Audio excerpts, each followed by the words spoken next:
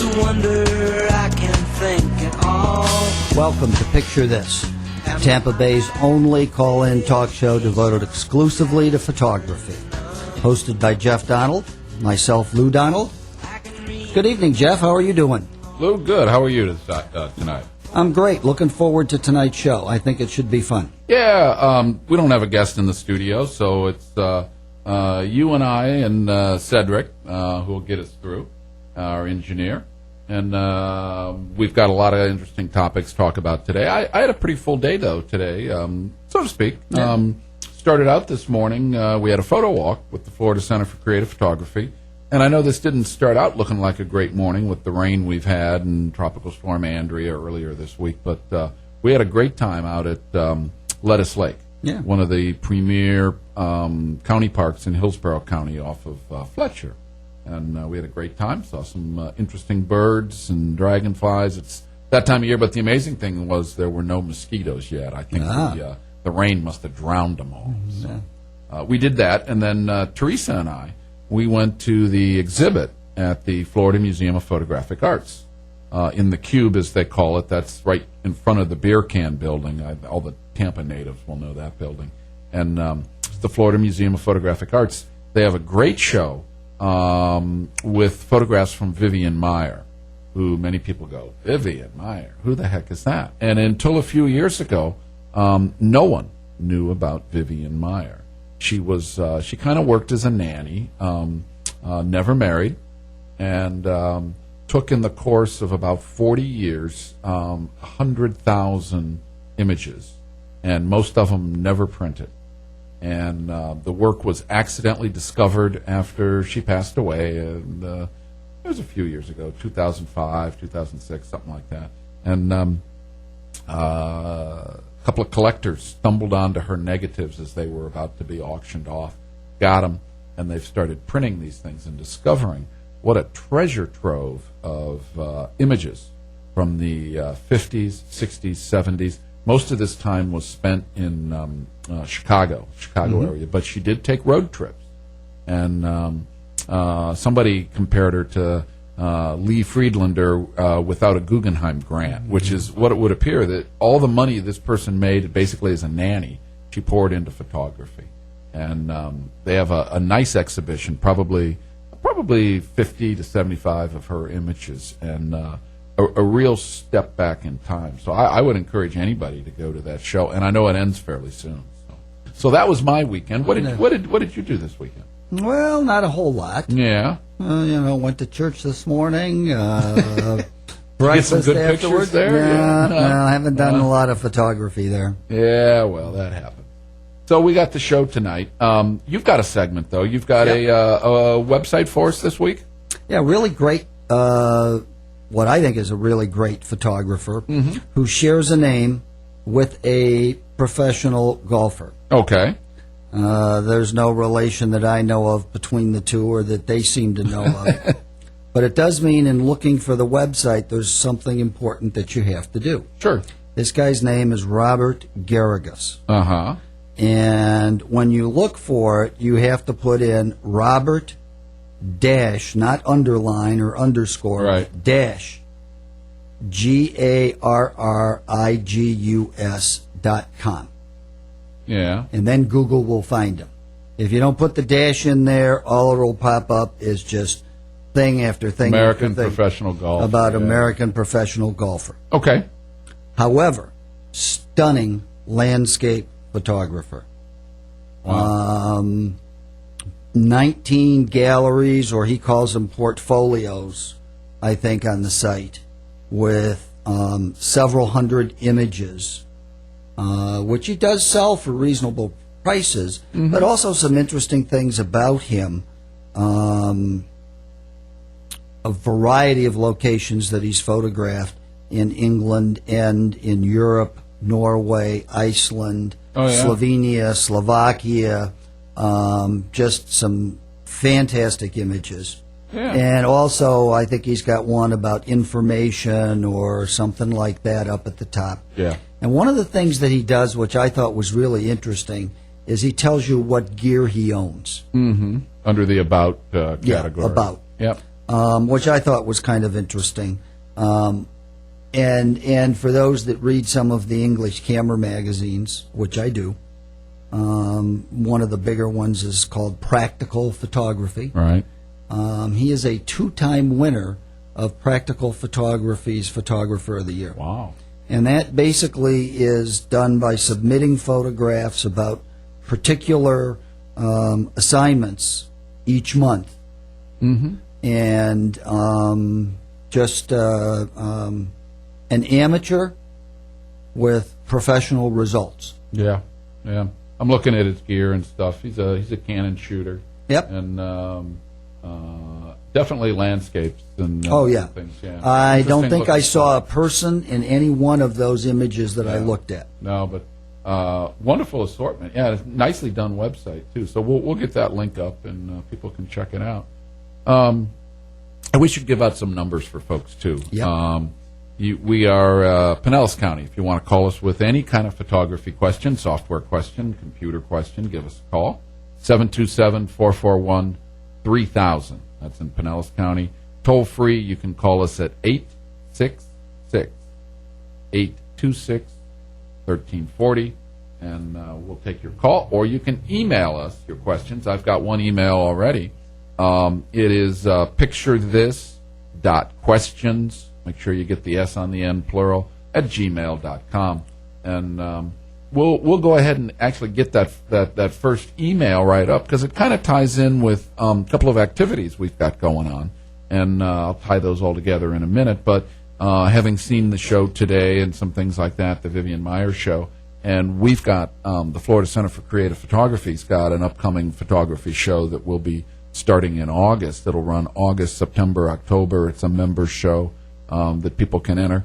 We'll talk a little bit about more of that in a minute. But what this person's written us about is what are major criteria for judging if a picture is a great picture or not. Sometimes a seemingly simple and plain picture is chosen, and he states, I don't know why. Thanks. Any thoughts on that, Lou? Well, the first thing that comes to mind is sometimes a great picture does not have to be technically perfect, although it helps. Right. I would agree there. But to me, it has got to give me some kind of emotion or feeling when I look at it to Right. be great. Right. It's the photographer has to have a vision and ability to capture that moment and the emotion that's about it, which ties in a little about what you're going to talk with a little bit later with This Week in Photography. Correct. It's about that emotion sometimes that it makes you feel. Yeah, in my mind, a picture has to evoke a strong emotion from the viewer. It Right. may evoke a strong emotion in the photographer, and all too many times I see that when I critique people's work, and I say, this picture's really, it's just mediocre, and they'll go, why? I really love that picture. Yeah. And so they'll start to tell me about it because they're so passionate about this picture. What they're passionate about is it was hard to take. I walked 5 miles through the snow, uphill, and I carried a tripod, and I did all this stuff. So I really love this picture. What they're saying is it was really hard on me, and so because it was so tough, I love what I got. But when the viewer looks at it, they go, yeah, so what? What else you got? You got anything? Because it doesn't pull an emotion out of the viewer. And that's tough for people. And you got to fall back, I think, on a lot of the standards that we've had for decades, centuries, going back to the Greeks even, on some of the basic compositional guidelines. And these are things that, as Teresa and I were going through the Vivian Myers show today, I said, look at this. You see how she did the lines here and this? This is classic composition. That's why, you feel so strongly that you like that photo. And emotion's certainly a big, big part of it. Yep. But we were talking right before the show as I was going through emails and looking at this stuff. I want to make sure I get his name right. But I get this asked a lot because I will talk about it at the coffees and various things. And one of the easiest way to find some of these pictures is Google something like most expensive photographs. Oh, yeah. And couple that'll come up is, and the first one is Rhine 2 by Andreas Gursky, which people, it's a picture of a cloudy day with a little bit of grass, the Rhine River at about flood stage, a little more grass, a sidewalk, and some more grass. And people go, I could have taken that. That thing's worth $4 million. I've deleted pictures better than that. Yeah. And that's what you and I were talking about. Was part of it is you're not Andrew Gursky. Mm-hmm. You're some guy in Clearwater or wherever, and you have taken a photograph like that, but you've never shared it with anybody. Or maybe you put it on your Facebook page, and that's it. And part of it is, for these guys, is they produce a strong body of work. And they go to a gallery, and they go, hey, look at my photographs. And the gallery owner goes, you got some nice stuff there. Let's do a show. And they put your pictures up. And you sell some. And now all of a sudden, people are buying your work.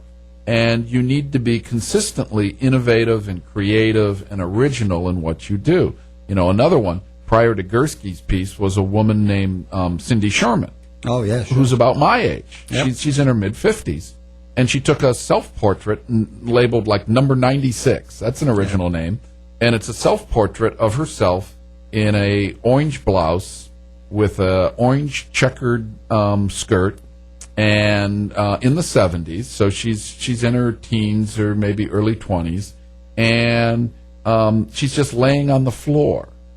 And this thing sold for $3.5 million or so. People go, I've thrown out better pictures than that. Yeah, but you're not Cindy Sherman, and you don't do consistently original work. You had an accident that looked something like a Cindy Sherman picture, and you didn't realize it. Yeah, Go figure. And that's a big part of it, is we're all influenced by the images that we see. Sure. And simply copying what somebody else did isn't going to make you an original. Isn't going to make it original. It might be a great photograph to look at. Oh, yeah. But if, to a certain extent, if it's been done. Yep. What's the point? Yep. You need to be original. Yeah. You need to, set your hair on fire and lay on the kitchen floor when you do that. And that's one of the things that I sometimes feel that there is I shouldn't say a difference or a line, but there is somewhat of a difference. Someone who is in the art photography world versus someone who is in the business, whether it's fashion, weddings, portraits, whatever. Doesn't mean they can't be creative in that business and do something that is creative and unique, but there's a big difference in the art world. Oh, yeah. And, I'm probably one of those people that I have to say I don't consider myself an artist. No. I mean, there are some pieces that I've done that I would consider artist-like, so to speak, that I feel were semi-original. Inspired. I mean, how original can you be when you shoot a reflection? Reflections have been done in paintings and photographs now for centuries. But the other side of it is that self-promotion side. Yep. That you've got to be willing to put yourself out there. And the funny thing is, none of these people. I mean, Andreas Gursky and Cindy Sherman and all the rest of these that we look at that are $1 million pictures and more. This guy Peter Lick from down in Australia, he made a big thing, year and a half ago, sold $1 million thing, and he had that TV show going. So there's a bunch of these folks, but the thing is they're all prints. Mm-hmm. And today, the average photographer, even the intermediate photographer, is not printing. Yep, and that's just it. So if you're thinking that, boy, my work's as good as theirs, and I put it on Facebook, nobody is going to beat a door to your Facebook page. You need to learn to make a print and put a body of work together and go knock on gallery owners' doors and get your work out there. Yeah. That if you think you're a fine art photographer and your work's as good as theirs, that's the way to get that path opened up, is you've got to show your work, which ties in to a plug I will do that's open to anybody. We've got 2 shows coming up. They run concurrently. They're going to be in Largo at the Smart 66 building complex, office complex, I should call it, on 66th Street North. And starts in August. We'll have a big opening party. We'll talk about that on the show as we get closer. But you can submit photographs. And it's going to be a judged competition. I probably should have asked you, but I elected you one of the judges. Yep. I'm a judge. And Ted, who will be coming back to the show here in a few weeks. He's going to stop in, And the 3 of us will judge this. We're going to have a best of show, and that wins $200 prize, cash prize. And we have a People's Choice Awards, where the people that come to the opening, we'll give them a paper ballot, and they can write down the number of their favorite photo. And we will get Price Waterhouse in to count all the ballots, the thousands of them. And the best of show will win $150. And that gets us to $350. And then we're also doing a digital show where we will run it on their big screen TV. And the night of the opening, we'll set up digital projector, and people can watch them digitally projected as well. And we'll be judging the digital photos, and we'll have a $150 cash prize for that. Cool. So that's coming up. And the information's on the Florida Center for Creative website, flccp.org. And but if listeners need help, you can email us, and I'll get you that link out. Email us about the show at picturethis.questions@gmail.com, and we'll get you information about that. And so that's, people just need to get their work printed and shown, and that's how you're going to find some satisfaction and some success in the photographic world. Yeah, and that fits in with something that I felt after spending several years in a professional camera store, what they called the commercial store, upper end. Basically, the customer for that store was primarily professional photographers. Right. And I would look at guys that struggled, that were really struggling to make a living. Right. And they could be wonderful photographers. It wasn't always their ability as a photographer. It was their ability to promote themselves. Sure. And the guys that could promote themselves could prosper. Yeah. And if they were unable to do the promotion of themselves effectively, they struggled. You just can't depend on someone who's going to discover you and tell, hundreds of people that you're the guy they need. If you want a wedding done, go see Lou. Yeah. That rarely happens. You have to make your own opportunities. And the guests that we've had on the show over the last couple of months, that's consistently what we've heard from them too, is that basically they have made their own opportunities. And they've gone out, knocked on the doors, done that work, but they have to be self-promoters. Yep. And Facebook and some of the social media can certainly play a role in finding you a client here and a client there, and word of mouth. Referral is just a bonus. Yeah, it really is. But the biggest thing that I see, because Scott Kelby talked about it when Scott was on the show, and we talked about some of these things, is people lamenting that everybody's a photographer these days.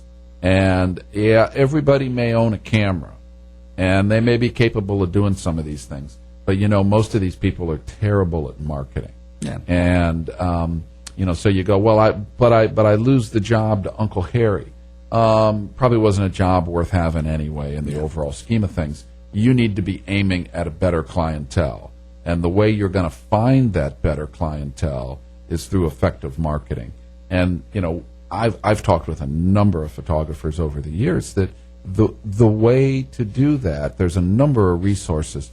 Both Hillsborough Community College, St. Pete College, University of South Florida, they all have various types of business incubators. There's always SCORE, which is the retired executives thing, where you can partner as a new business owner with someone who is basically retired, but who, this guy could have run a Fortune 500 company for all you know, and you're getting the equivalent of an MBA, having this guy mentor you on your business. And people need to explore those resources, and they'll find that there's a wealth of information and knowledge on how to get your business out there, get it promoted, and be successful at it.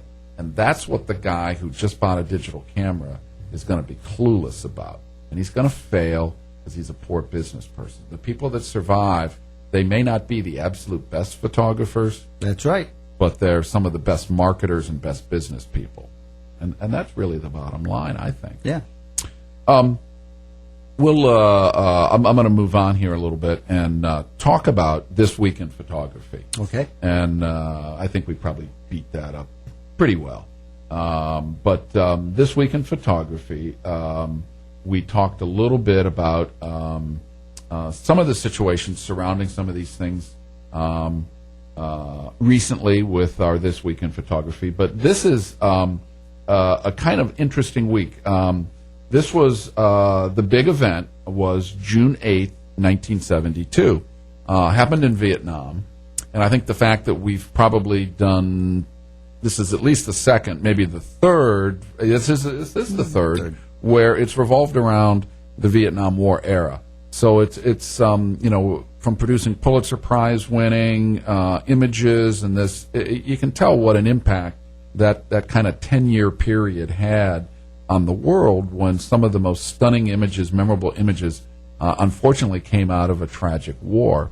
But on June 8th, 1972, a Vietnamese photographer by the name he was working for the Associated Press that day, and he wasn't that old. He was maybe early 20s, 23, 24, and he had his older brother had died as a photojournalist in Vietnam in the 60s, and at 16 he wanted to take that up himself. This was in the 60s, so he got Horst Foss, who we talked about before, to mentor him. And Horst was the AP bureau chief in Saigon, took him under his wing, and he became an AP photographer. And he was in Vietnam that day, obviously, outside of Saigon, when the Vietnamese Air Force napalmed a village where the North Vietnamese had been, and it was a tragic situation. And this gentleman, Nick Ut, I think is how they pronounce his last name. It's spelled U-T. And Nick got a series of photographs of the villagers, many of them children, running out of this village that had just had napalm dropped on it. The image, I think probably many people have conjured it up now. It's often known as the Napalm Girl. And so that was this week 41 years ago. And Nick is still alive today, and the young lady has survived, probably as a direct result of Nick's intervention at that time. And the young lady is Kim Phuc, spelled Phuc. And there's a great article about this whole thing with interviews, Horst Foss, Nick Ut, Kim Phuc, and meeting the Queen of England several years ago. And the website to go for that is the digitaljournalist.org. Digital Journalist, one word. It's one of their earliest issues. It's done as like a digital magazine.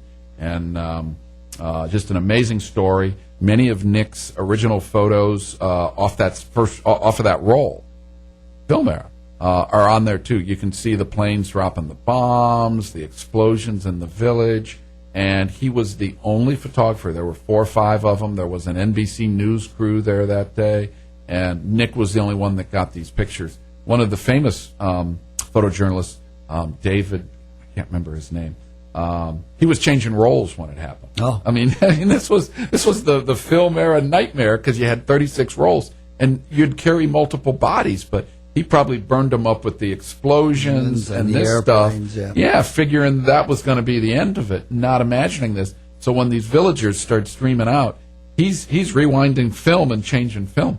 And he went to Nick afterwards. He says, "Man, you got it. You're the only one. You got all the shots." And sure enough, he did. Those were images that, through the AP wire service went around the world, and certainly changed more opinions about that war. So be sure and check that out.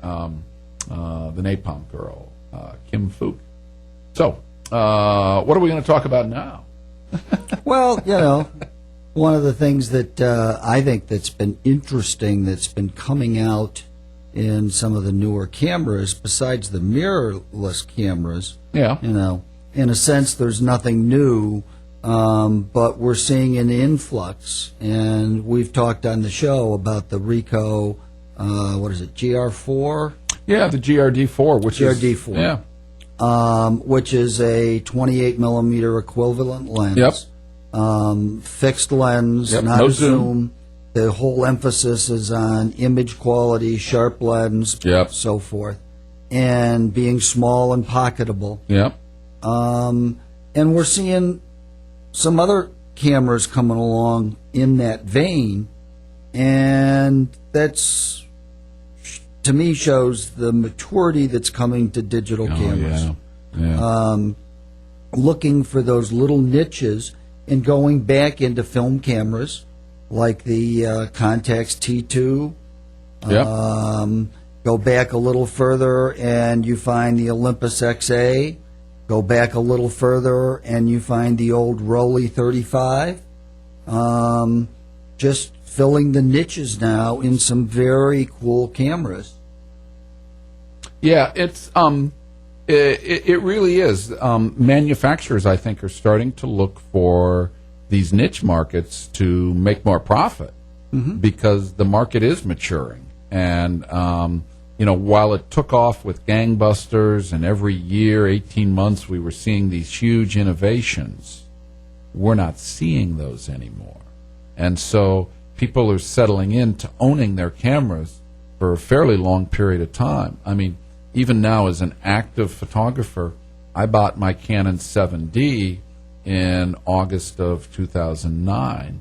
So it's coming up on 4 years old since I've given Canon any of my money. And, you'd think if they could have revolutionized that camera in a year and a half, what a great opportunity, because I'd turn around and spend that money again, and in another year and a half, I'd given them more of my money. But the manufacturers are struggling to improve the DSLRs. And Nikon, I think, had a couple of home runs last year, kind of caught Canon by surprise with their 36 megapixel D800. Right. And, the quality of some of the Sony chips that Nikon is now using. And Canon makes their own chips. So I think, Canon isn't, they can't afford to sit on the sideline for too long, but they're going to have to bring something. I mean, if they don't produce something that beats Nikon, oh my. Because there's going to be a lot of people going, you know what, maybe I do need to buy that D800, because if Canon waits 4 more years to come out with something, and they can't best them now, so it'll be interesting to see where this goes. And I think the profit is in, now you've got people with DSLRs, and they're going, I'm not so thrilled with my iPhone, my Android. It's cool. If I need to take a picture, it's there. But I'm looking for something close to DSLR quality that'll fit in my pocket. Yep. And now you've got Ricoh and Fuji and some of these other ones. Nikon's got one in the ball game, this Nikon A. Fixed focal length, 28 millimeter, a little slower lens. I mean, relatively speaking, it's a 2.8, so it's not that slow. They've got APS-C sensors. And for little pocketable cameras to have that big a sensor, and the big thing they're touting is, well, we're optically matching the lens to the sensor.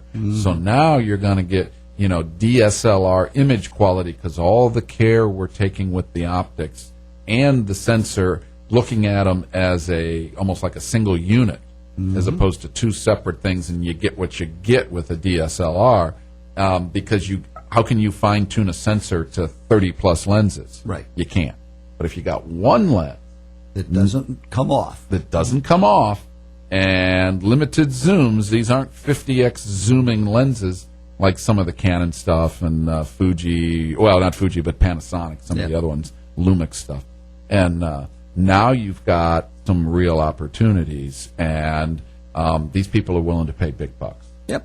Yeah. For that type of camera. Yeah. And there's profit there. Right. Rather than in the consumer big box store, everybody's lined up, Olympus and Pentax and Ricoh and Fuji and Nikon and Canon and probably some other people that I haven't mentioned, and particularly at the lower end with just names that people recognize like Kodak or Polaroid. Yeah. If you've got to compete at that low end in a big box store, that's a tough market. Yeah. Yeah, Okay? it is. When you're competing with a few manufacturers at the higher end, touting image quality for the amateur photographer or a pocket camera for a professional photographer, now you don't have to try and compete with someone who's selling a camera for $179. Yeah, exactly. And that's really the specialty stores' niches. Yep. And it's always been that, even in the film era. Yeah. The specialty stores were who the manufacturers counted on to sell the more advanced, more sophisticated, in many cases higher quality, and you gave the discounters the junk that was made in in developing nations, and whatever. So that was what was going on. Yeah. And in the maturation of digital, we're seeing it again. Yeah, we sure are. And I don't think the manufacturers expected it to mature, just as they didn't expect it to develop that fast. Yeah. And now you see Kodak struggling to get out of bankruptcy, because they got caught with their pants down. And so, but it's happening again. Mm-hmm. And the smaller companies, while their survival was questionable, they've been able to survive by producing higher profit items. Yeah. And you and I talked about this a couple of weeks ago. Your background in the automobile industry, and people used to come up to me. This was in the second Steve Jobs era. They would come up to me and they'd go, why is Apple still around here? Remembering the big Michael Dell quote, where if he owned Apple, this was his advice to Steve Jobs when he came back. He said, if I was Steve Jobs right now, I would put the company out of business, liquidate it, sell all the patents, and give the money back to the shareholders, and just be done with it, because Apple doesn't have a chance. So now you look at where Dell's at, and you look at where Apple's at. Dell's struggling to be its own entity. Michael Dell's trying to buy it. Carl Icahn, or one of those guys, one of the Raiders, is trying to buy it. It's ridiculous. But what Steve Jobs understood, and some of these small camera companies understood, is I don't need to be the biggest. I don't need to be Canon. I just need to make a profit in my market share, and I can be very, very successful. Mm-hmm. And you looked at PC manufacturers settling for 5 and 6% profit, and then you looked at what Apple's returns would be, and they're 30%, 36%. And all right, I only got 10% of the market share, but 36% profit's pretty strong. Yep. When it wasn't just Dell; it's Dell and IBM and HP and all the rest of it, splitting up the pie and settling for 5 and 6% profits on PCs. And the big guys, they're not struggling, but we were talking about Sony and wondering how long a big multinational is going to hang on when their camera division really doesn't make a profit. Yeah, hang on to their camera division. Yeah. Is somebody going to finally, is Sony or their stockholders going to go, you know what? Maybe we need a few more $1 million movies instead of a new DSLR. Who knows? Yeah. We got a couple of questions get emailed into us. We'll hit these before we get too far off topic. This is from Aaron, who was out on the photo walk this morning with us. And Aaron would like to know, how many prints would you estimate are needed for a gallery to be interested in showing your work? And I see that as a twofold question, really. One is preparing a portfolio to show a gallery. And all too often, I think the general reaction when somebody's getting ready to put together a portfolio and go out there and show their work is they show a bunch of stuff. And so they show, these are my 30 or 40 or 50. I want to make sure they see enough of my stuff so they'll want to hang it on their walls and sell it. And that's a mistake.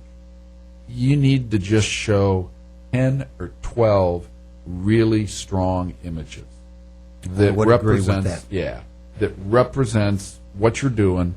And it's okay to be diverse in your work to a little bit, but you don't want to be all over the place as well. Where you've got a landscape, you got a color, you got an infrared. It's like, what does this guy do?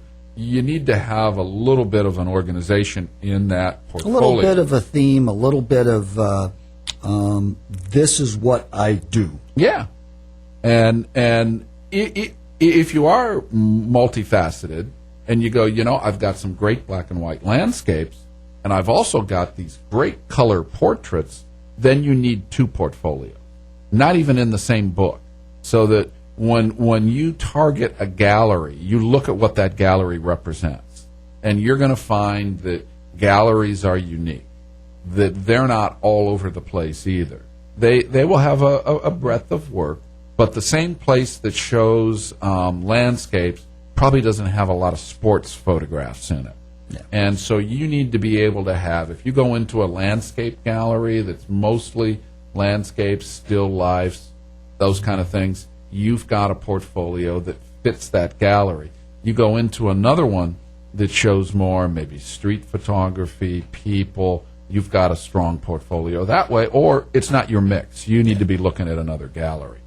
And then if you get the show, the guy says, you know what, we would hang some of your photographs here. And then you've got to have a body of work, because if he goes, okay, I need 25 photographs, this wall, blah, blah, blah, or they're willing to give you even a show, which, doesn't happen in this market, so to speak. Tampa's not a big enough market that there are too many single-person shows that come off. Hence the reason to get involved in multi-purpose shows or shows that organizations put on. But then you need a body of work to be able to hang. And there are some venues though. The park that's south of the dog track. It's a county park in Pinellas. Something Island. It'll come to me. Old age. Whedon Island. Whedon Island. Thank you, Cedric. Whedon Island. Several of our members have done one-man shows or two-person shows there. Oh, yeah. And Whedon Island, the county facility there, and there are other facilities that'll do, or organizations that'll do single-person shows, but you got to have a strong body of work. So, Aaron, I hope that helps you out a little bit. We've got Dennis has asked me a question, but I'm not sure. I think he meant to include a link in it, and he's asking me about animals that do photographs, basically. And sometimes, I've seen this recently. There was a news article, and I think this one's come up several times, about an elephant that paints. Oh, yeah. Yeah. Yeah, I've seen that in chimps and things like that. And that's what his refers to is, what do we think about? And I think a lot of that stuff is fundraisers for organizations that need income. And it's one way for someone who wants to support a zoo or a wildlife park to, you say, you know what, how many of my rich friends have a painting done by an elephant? And you can have a big cocktail party, have all your friends, and you're the only one that has this 20 by 40 painted by an elephant. And so, but is it great art? No, probably not. But it's a way of giving back to the community if you have an art sense to you. And, these organizations that, you go into their gift shop and, you got postcards done by the monkey, and, you got videos of him, painting, and from some of the shows I've seen on PBS, I might be more inclined to take instructions from the monkey than the guy painting on PBS. But I'm not a painter. What can I say? Yeah, you and me both. I kind of agree. It's interesting, but I don't think they will go down in history as great artists. Yeah. And I'm sure in the next generation of photography professors, there's not going to be a chapter devoted to chimpanzee photographers that you should know. I think not. No, not at all. Somebody else has written us about cameras since we were on that bend. And you can call in, folks, but in Pinellas, the number is 727-441-3000, and toll-free, it's 866-826-1340. And this question is there any reason for camera manufacturers to stick with the mirrored camera and not all move to mirrorless? What do you think about that, Lou? You think 5 years everybody will be shooting mirrorless cameras? No. I think more amateurs and some serious amateurs will look at the mirrorless cameras in terms of their compactness and some of their features and lightweight and still have interchangeable lenses. But I think the more serious you become about your photography, the fact that you are looking through the viewfinder and seeing what the lens sees. Right. And not depending on the screen for a variety of reasons. Right. That SLR with the prism that reflects the light back that you can look through will continue at the higher end. The screens in terms of focusing manually, in terms of showing perhaps depth of field, various things like that. The more serious you are, the more limiting the screen is. Yeah, and and I think there's certainly a place for mirrorless. I could see a number of people who really don't need to have the entry level Rebels, the entry level 3000 series, maybe even 5000 series of Nikons. Moving towards the mirrorless. There are several advantages. Size and weight are two of the biggest ones. And there's a generation of photographers growing up who don't necessarily understand or appreciate the some of the advantages of the viewfinder like you just outlined. They're used to looking at the back or front of their phones and shooting with a screen like that. Yeah. And so some of those aspects of a digital SLR are lost on them. They think, oh, you got to put it up to your face? That's how you use this thing? Oh, how 20th century is that? Yeah. Boy, what a retro camera. But I see two areas. And there are some big names that have said, everybody will go mirrorless in 5 years. Yeah. Trey Radcliffe, one of the big HDR guys who does StuckInCustoms.com. Trey made that claim within the last 6 months, probably. And is he shooting with one? Probably not. I think Trey's latest camera is a D800E, probably. Yeah. He's a big landscape guy, effectively urban landscapes, as I call them, and certainly landscapes. But where I really see the strongest need, not just for having a viewfinder, but even crop sensors, because other people are going, well, why even have crop sensors anymore? Right. Two big genres. Your wildlife bird photographers, they want all the lens they can get. Yep. And the other one, sports photographers. Yep. They want all the lens they can get.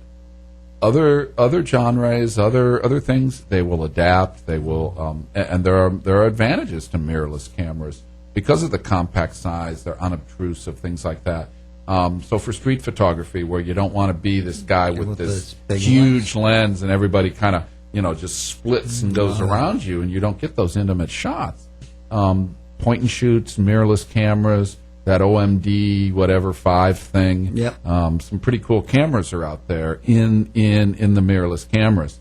Micro Four Thirds for that one, but I don't see wildlife guys going to that anytime soon. Certainly not sports, because one of the biggest drawbacks when you read reviews of the Sony mirrorless and the Micro Four Thirds, they all go, you know what, for action, they don't really focus all that well, and so they'll throw some billions of yens at it and fix it. Yeah, I they think. probably will. Now, they do focus fast, Yeah. but they have a hard time locking on and following. Yep, that's it. That's it. So and what are wildlife guys want, and what are sports guys want, and gals? Don't mean to sound sexy, but that is. I think we're going to see a lot of exciting things develop that way, and for a significant portion of the market, people will want to move that way.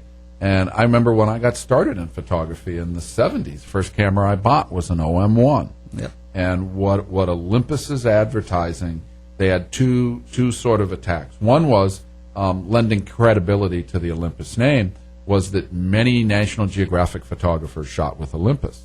So that's like, wow. If they can take those award-winning cool photos with all the other National Geographic guys, well, I can shoot with Olympus too. But the other was size and weight. We're smaller than Nikon. We're smaller and lighter than Canon and all this stuff. And so that influenced me as well, because at that particular time in my life, I was into backpacking and traveling light. I never saw myself progressing as I did in photography. So small, lightweight made sense. Now here I am in my mid-50s and playing around with little point-and-shoots going, small and lightweight's not so bad. I don't know that I can carry that big old camera bag for the rest of my life. That does get to be somewhat of an issue. Yeah, absolutely.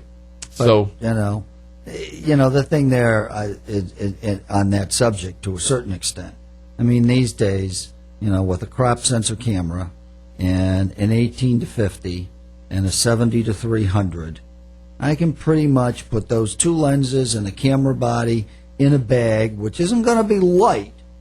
Right. I can do a lot of stuff with that. Right. And, and there's something to be said for that. And, but on the same note, you can almost go too far. You and I talked about this a little bit right before the show.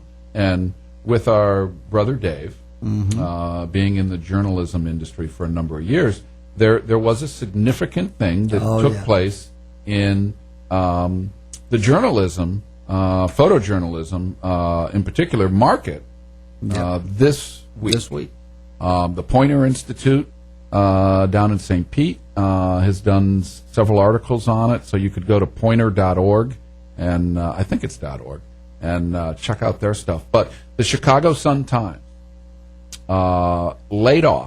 fired virtually their entire photographic staff, 28-some photographers, and one of them a Pulitzer Prize-winning photographer, and laid them all off, saying that, well, our readers, they want more multimedia.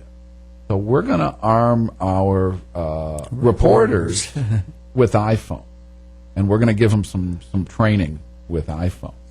And as I was telling you, Stephen Colbert, if anybody wants to see something really humorous on this, go to YouTube and search the Stephen Colbert Chicago Sun-Times little episode. He does about 3 minutes on this, and it's hysterical if you have an interest in photography.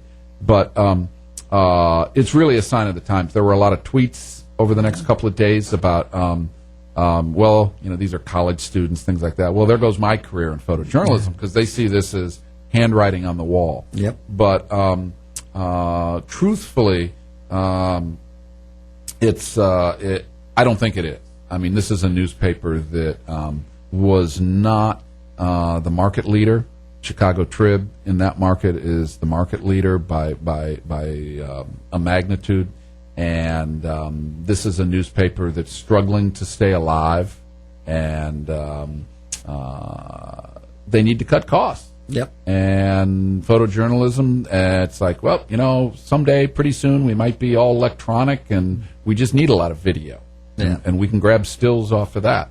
So for a talented photojournalist, you'll probably do okay, but still, you need to be diverse in your training.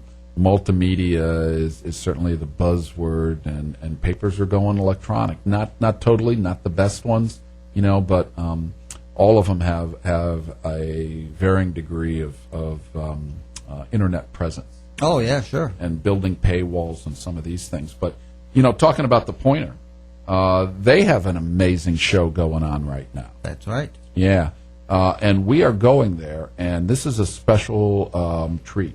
The last Friday this month, the show runs through, I think, June 12th. It is open Monday. July 12th? July 12th, sorry. That's the second time I've said that. It's open till July 12th, Monday through Friday, 9 a.m. to 5 p.m. It's absolutely free.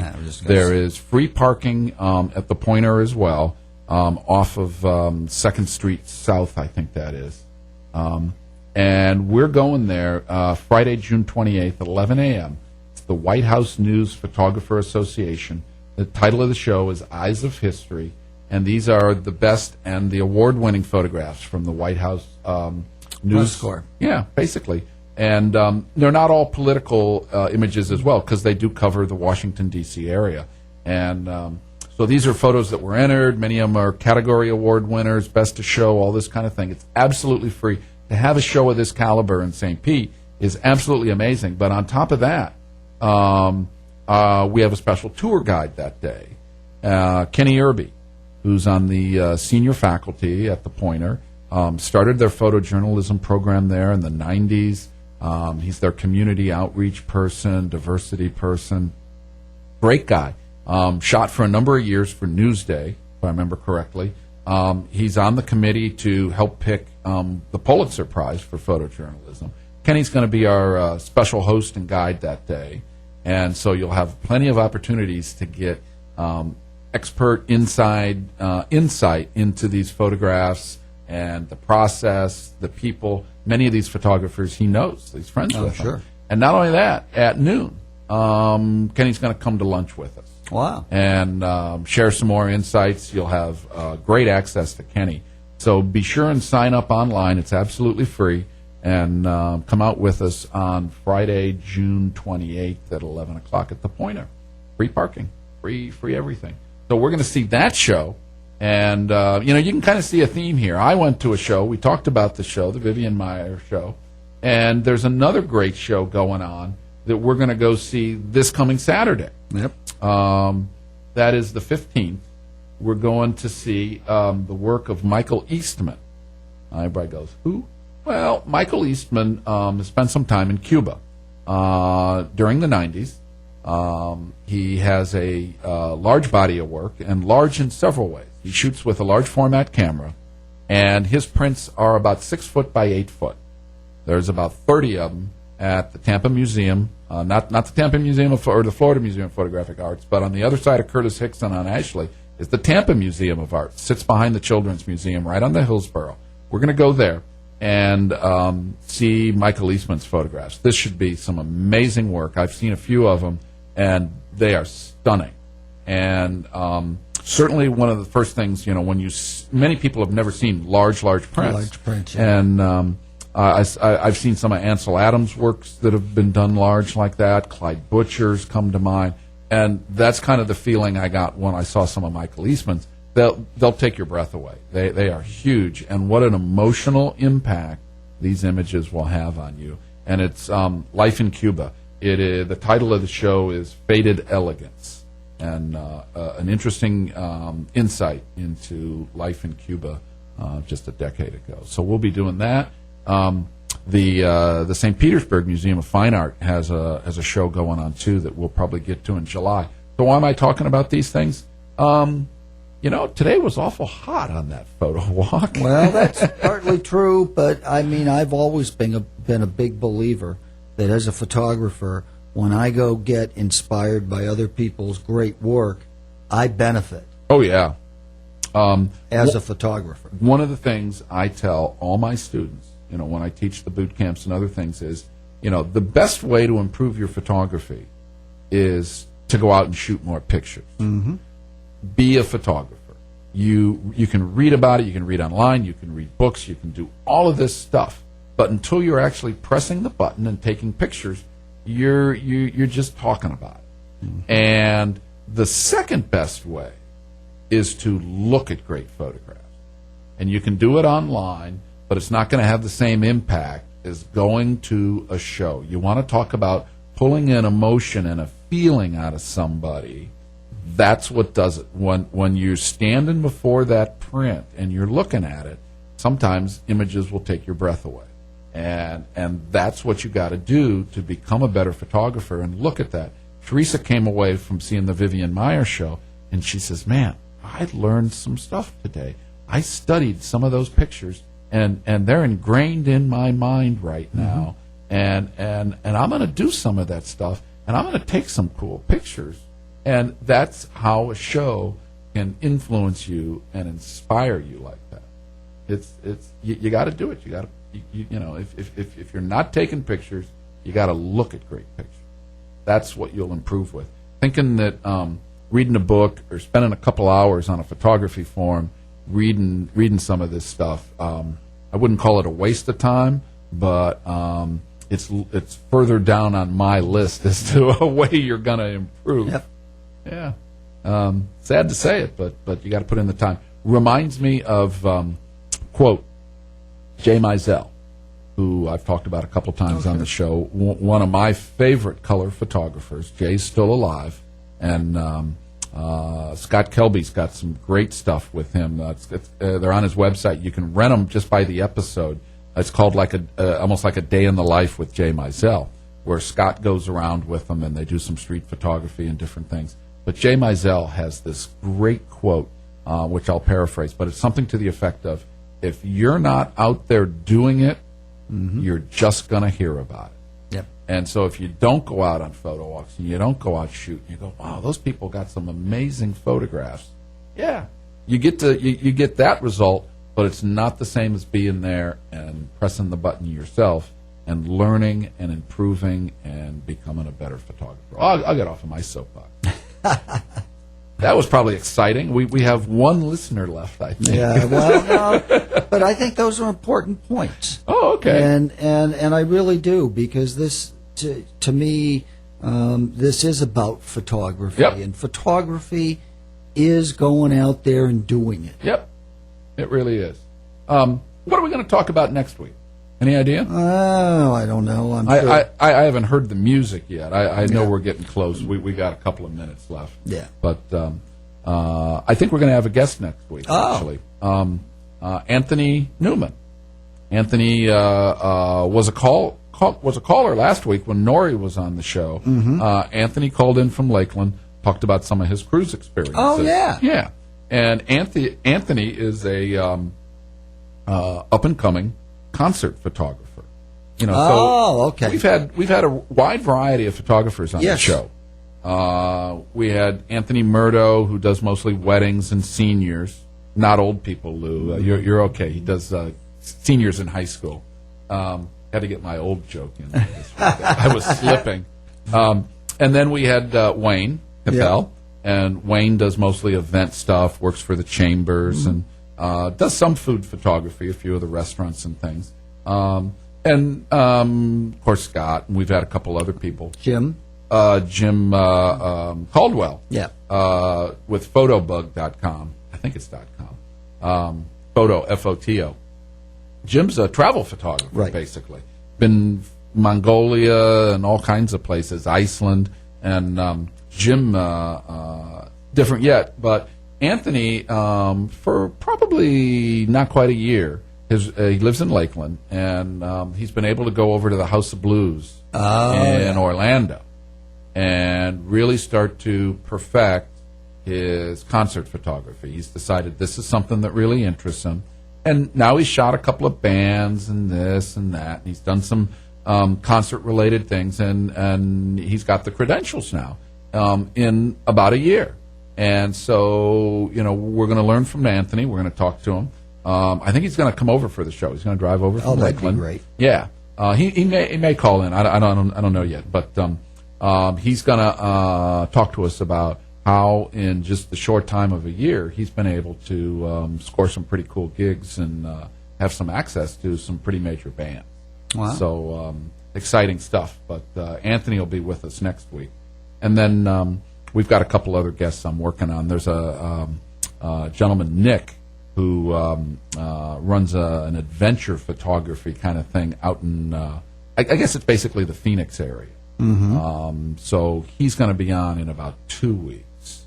And we've got some other things. We're going to be live from the Capitol again in the beginning of July. So we're going through some things. And we've got some great shows and guests lined up. So send us your questions, folks. Minute. Well, and it will continue to grow as we talk to more people, get more questions from people, and find out about more people. Here we had a guest come out of a phone call last week. Yeah, well, I've known Anthony for a while. Good guy. Yeah. He's a member of the group and everything. Yeah. And but anyway, and you're going to have your website of the week for us. Oh, I assume? absolutely. Yeah. Maybe you can find a Norwegian photographer or something. You know, high-end Norwegian. Yeah, a high-end Norwegian photographer would be really good. That'll be your assignment. Okay. Find us a Norwegian one. And hopefully the site will be in English so that I can read it. But if it ends up being in Norwegian, that's okay. We'll get a Norwegian to translate. Images are still images. This is true. The universal language. So I hear the music, and we're going to be getting out of here. Where are we going to head to tonight? We're going to go to Tony's. We're going to go to O'Keefe's. What's your pick, Lou? I think Tony's. We're going to go to. All right, we're going to go to the Capitol Beer House, and we'll be down there in a little bit. And I hope everyone joins us next week for Picture This. And for Lou Donald, this is Jeff Donald. Thanks for joining us this evening. And get out there and take some pictures, folks. But have a great evening. Thanks. Good night.